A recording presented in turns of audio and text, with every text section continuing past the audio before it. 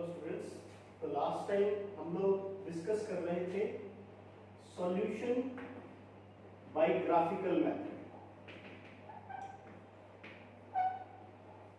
Graphical method से हमने जो था वो सॉल्यूशन बनाना देखा था। आज उसी में 6.2 का एक क्वेश्चन डिस्कस करके फिर हम आगे बढ़ेंगे, जहां से हमें प्रॉब्लम आती है जहां पर दो ही क्वेश्चन एक साथ होती हैं।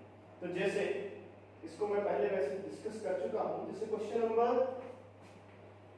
हमारे पास है 8, 3y minus 5x is less than 30।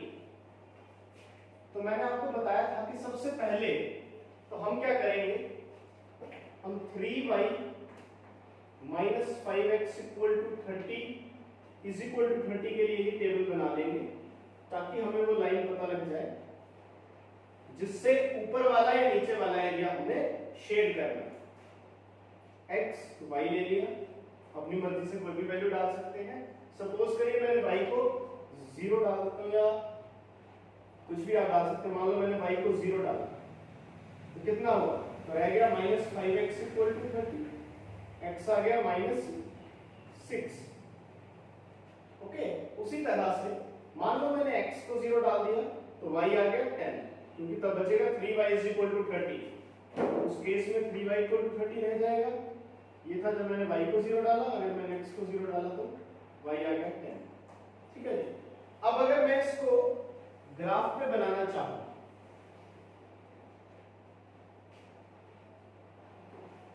तो मेरे पास एक पॉइंट है -6,0, x आ रहा है -6 और y 0, यानी ये पॉइंट कहीं यहां पे है -6,0, और दूसरा पॉइंट आ रहा है 0,10, मतलब x की वैल्यू 0 और y की वैल्यू 10। ये पॉइंट यहां पे कहीं होगा 1 2 3 सो ऑन। यहां पे अगर 10 है तो दिस पॉइंट इज 0,10, क्योंकि यहां पे x 0 है और y की वैल्यू 10 है। ये x एक्सिस, ये y एक्सिस, इनको जोड़कर मेरे पास ये लाइन बन गई। कौन सी वाली, ये लाइन। अब अगला स्टेप क्या होता है यहाँ पे? अगला स्टेप होता है चेक फॉर 0 0। इसके अंदर हम 0 0 को चेक करते हैं और देखते हैं ट्रू मिल रहा है या फॉल्स।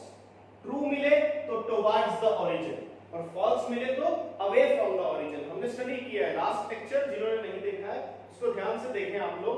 मैंने उसमें आपको बताया हो कि अगर आपका ओरिजिन को चेक करने पर, 0 0 को चेक करने पर आपका ट्रू मिलता है तो टुवर्ड्स द ओरिजिन को आप शेड करेंगे। अगर आपको वो फॉल्स मिलता है तो अवे फ्रॉम द ओरिजिन को आप शेड करेंगे। अब इसमें चेक फॉर 0 0 0 0 के लिए इसको चेक किया, 3 into 0 -5 into 0 less than 30। ये हो गया 0 less than 30, which is true। 0 आपका जो है तो 30 से क्या है, लेस ही है, which is true। so towards the origin, तो इससे towards the origin कौन सा होगा, ये origin की तरफ को आप इसको शेड कर देंगे towards the origin, ये origin की तरफ होगा। ठीक है, अगर false आता तो away from the origin, इस तरीके से आप इसको शेड कर देंगे तो ये इसका सॉल्यूशन आपको बता देगा। तो ये सब मैंने लास्ट लेक्चर में डिस्कस किया हुआ है। जिन लोगों ने उसको नहीं देखा वो उसको जरूर देखें, क्योंकि यही आपका बेस बनाने वाला है। अभी एक एक्सरसाइज जो हम स्टार्ट करने जा रहे हैं, इस एक्सरसाइज के अंदर सिर्फ इतना सीखना था कि कैसे हम इनइक्वालिटी को रिप्रेजेंट करते हैं। कैसे करते हैं, सबसे पहले तो इक्वल मान के ही टेबल बना लो, वहां से आपको वो लाइन पता लग जाएगी। फिर देखना ये है कि उस लाइन से ऊपर को शेड करना है, उस लाइन से नीचे को शेड करना है, और इन अदर वर्ड्स उस लाइन से अवे फ्रॉम द ओरिजिन को शेड करना है या टुवर्ड्स द ओरिजिन को शेड करना है। अगर 0 0 डाल के ट्रू मिलता है तो टुवर्ड्स द ओरिजिन जाएगा, अगर 0 0 डाल के फॉल्स मिलता है तो अवे फ्रॉम द ओरिजिन जाएगा। ये हमने स्टडी किया था और देखा था लास्ट लेक्चर में। मैंने इसको डिटेल में हर चीज को वहां पे डिस्कस किया हुआ है। इसके लेक्चर नोट्स भी आपको मैंने लास्ट के भेजे हैं। अब अगली एक्सरसाइज को जब हम देखते हैं, लास्ट एक्सरसाइज है चैप्टर की और लास्ट ही टॉपिक है। इसके बाद फिर हम नेक्स्ट चैप्टर पे चलेंगे। तो देखते हैं कि हमें वहां पे क्या करना होता है।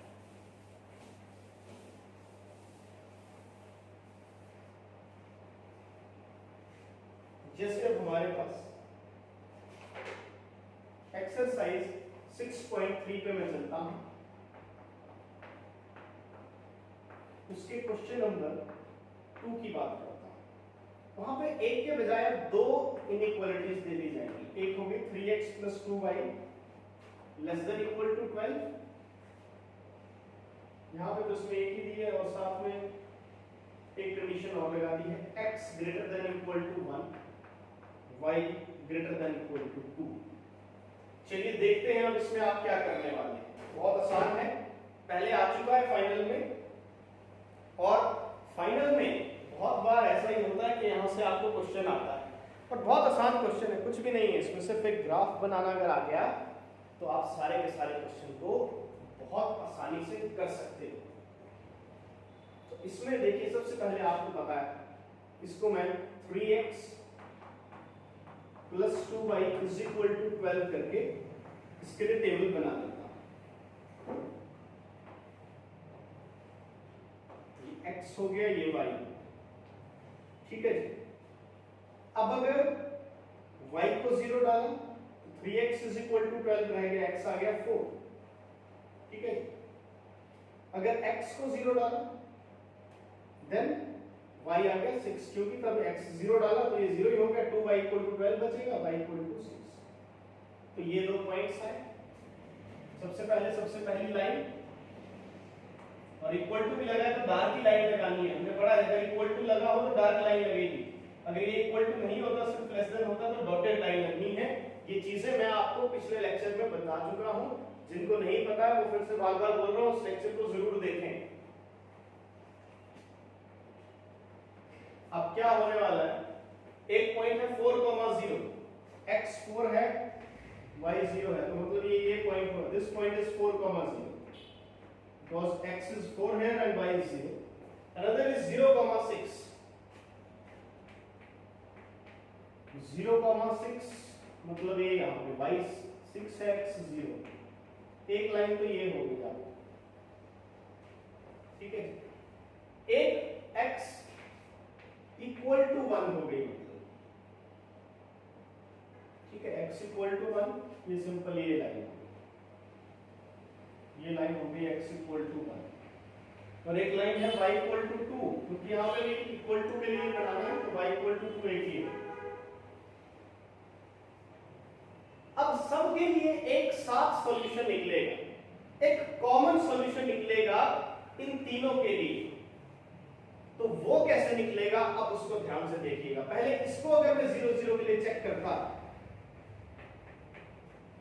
चेक फॉर 0 0, इसके लिए करता तो 3 × 0, x की जगह 0, y की जगह 0, 2 × y, 2 × 0 less than equal to 12, 0 less than equal to 12, which is true, 0 12 से छोटा है। तो मतलब इसके लिए तो क्या रहा, towards the origin शेड करना है।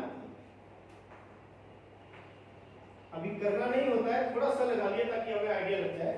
मैंने हल्का सा निशान लगा लिया कि इसके लिए तो towards, ये वाली लाइन, ये वो है 3x + 2y = 12 है, ठीक है। इससे तो towards, इससे तो origin की तरफ। अच्छा, अब इसमें अगर चेक फॉर 0 0 करता तो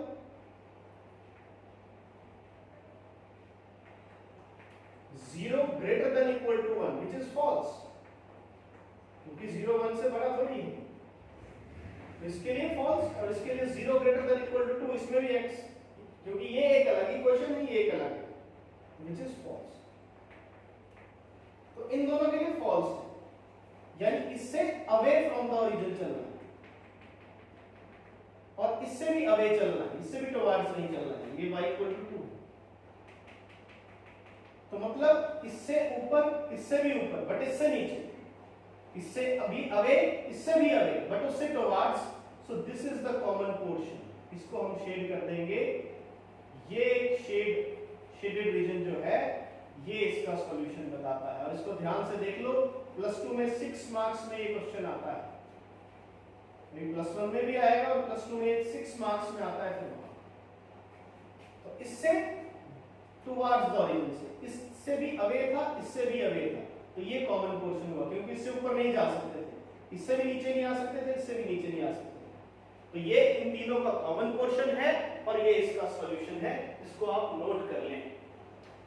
ये क्वेश्चन बहुत बहुत इंपॉर्टेंट है आपके फाइनल एग्जाम के लिए, और यहां से आप ये मान के चलिए कि आपको क्वेश्चन आने वाला है, तो इसको नोट कर लें सारे के सारे, ध्यान दें, कुछ नहीं है।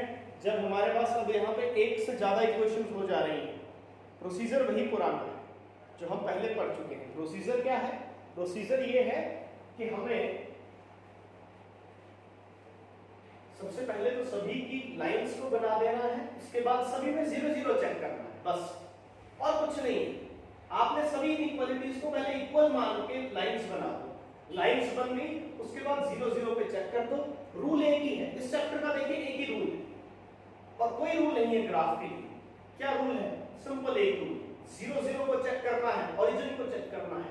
अगर 0 0 डालने पे ट्रू आता है तो टुवर्ड्स द ओरिजिन, 0 0 डालने पे फॉल्स आता है तो अवे फ्रॉम द ओरिजिन। और कुछ भी इसके अंदर हमारे पास और कोई भी चीज एक्स्ट्रा नहीं है, हमारे पास सिर्फ इतनी सी चीज है। तो यहाँ पे आप ध्यान दें कि आपको सिर्फ लाइंस बनाने आने चाहिए, 0 0 चेक करने आना चाहिए, आपके मार्क्स काफी हैं। एक क्वेश्चन और डिस्कस करता हूं, जैसे मैं चलता हूं क्वेश्चन नंबर 3 की तरफ।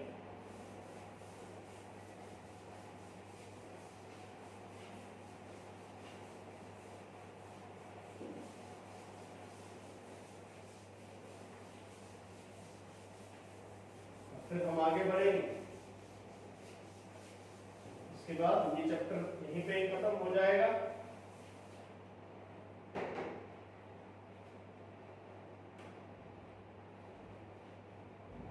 क्वेश्चन नंबर 3 में क्या है? क्वेश्चन नंबर 3 में है 2x plus y greater than equal to 6, 3x plus 4y less than equal to 10। ये भी 2 to 3 टाइम्स फाइनल एग्जाम में आ चुका है, इंपॉर्टेंट है एग्जाम के लिए। तो देखिए सबसे पहले हमें क्या करना है, सबसे पहले हमें इसके लिए फर्स्ट वाले के लिए करते हैं 2x plus y equal to 6 लिख दिया।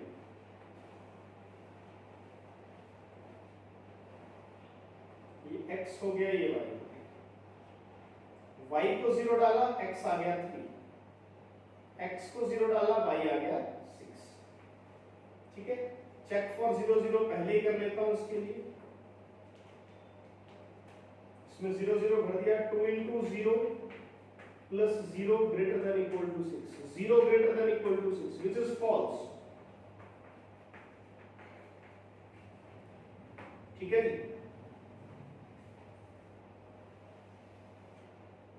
इसका भी ध्यान रख लेते हैं। एक पॉइंट है 3, 0 x3 by 0 1 2 3, so this point is this, एक पॉइंट ये हो गया और एक है 0, 6 1 2 3 4 5 and 6, 0, 6, तो ये एक लाइन ये हो गई। दूसरा इसके लिए, और इसके लिए फॉल्स है तो मतलब इससे तो ऊपर ही जाएगी बात। ठीक है, इसको बाद में देख लेंगे, पहले लाइंस बना लेते हैं दोनों। दूसरी लाइन होगी 3x plus 4y equals to 12।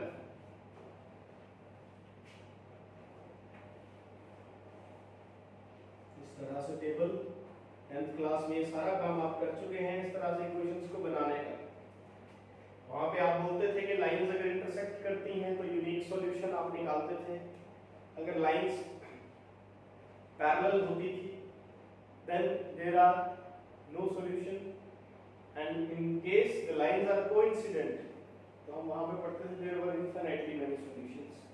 linear equations in two variable में ये सब चीजें आप 10th क्लास में देख चुके हैं, बट अभी इनइक्वालिटीज हम स्टडी कर रहे हैं तो हम इसी को कंसीडर करेंगे। मान लीजिए हमने y को 0 डाल दिया तो x आ गया 4, x को 0 डाल दिया तो y आ गया 3, तो एक पॉइंट आ गया 4, 0, ये वो पॉइंट है 4, 0। दूसरा है 0,3 यानी ये।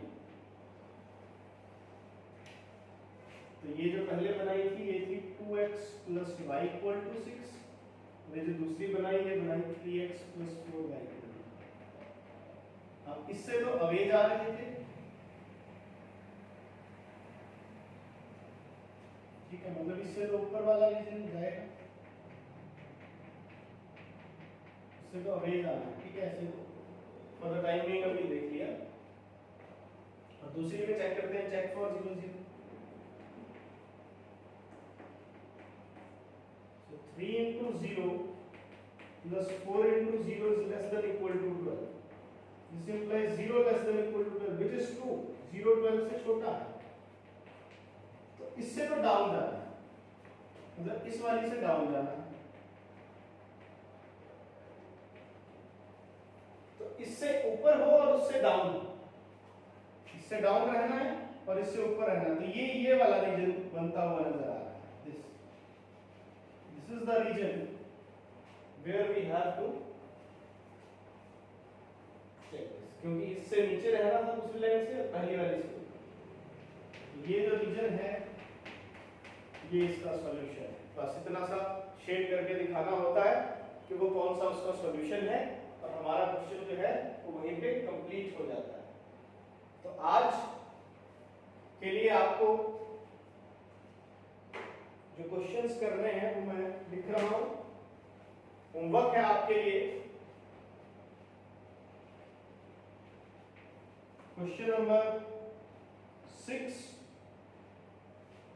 क्वेश्चन नंबर 4, क्वेश्चन नंबर 7, ये 3 क्वेश्चंस हैं।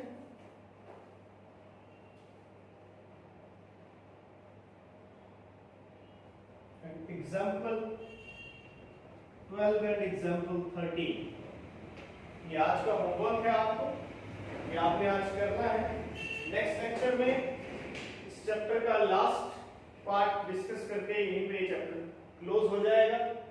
Then we will start with our next chapter. So that's all for the day. Thank you.